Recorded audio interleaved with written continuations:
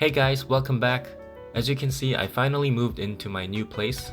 The garage is still a big mess because I am getting it painted and I can't really use the walls or move things into their final spot until that's finished, so please excuse the mess in the coming days.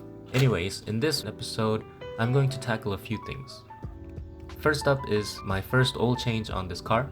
I won't get into much detail here as this is basically identical to the vegan oil change I did several months ago.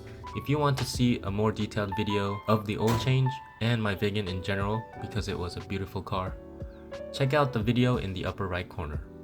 The next thing which I'm very excited about is a steering wheel upgrade. This was a small Christmas present to myself. No one gives me gifts anymore because I guess I'm too old and I have kids, so I decided to gift myself. This is a steering wheel that came on the 9.5 Aero models. It's a small change, but I've been really looking forward to this upgrade because I touch the wheel every time I drive and it's going to make for a much better driving experience. Hey Daddy, Yeah? this is for the SAAB, for the steering wheel, for the drive? Yeah. Compared to the current wheel, the Aero has perforations on the sides and better 10 and 2 grips. My vegan had this same wheel and I really missed having it. First, I removed the negative battery terminal so the airbag doesn't explode in my face. It probably won't, but it's always better safe than sorry. Then I loosened the 2 Torx bolts hidden behind the rubber covers on each side. When fully unscrewed, it should be spring-loaded like this. Then I gently pulled on the airbag. There are 4 plugs to disconnect inside. The gray and white plugs need to be taken off the Velcro first, then there is one little tab to push, then they should come off with a gentle pull. Next are the green and yellow airbag plugs. The yellow tab needs to be pried upwards before pulling the connectors out. Woo.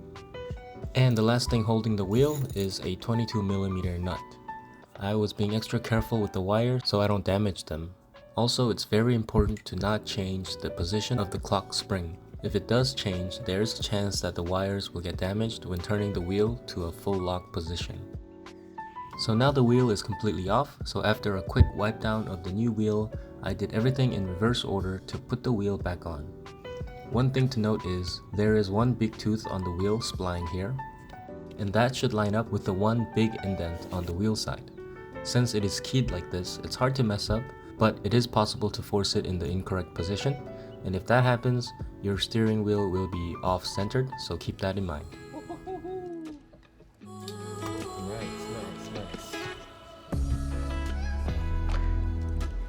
So that's it for this video. I have more boring mechanical fixes that I still need to do, but I like doing these aesthetic upgrades in between to keep the excitement going.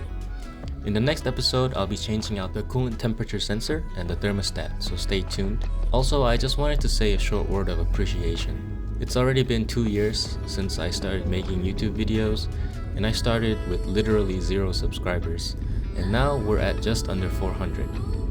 That's not a big number, but for a random guy making videos at home when he has time, that is a lot, and I really appreciate all the support and kind words from you all.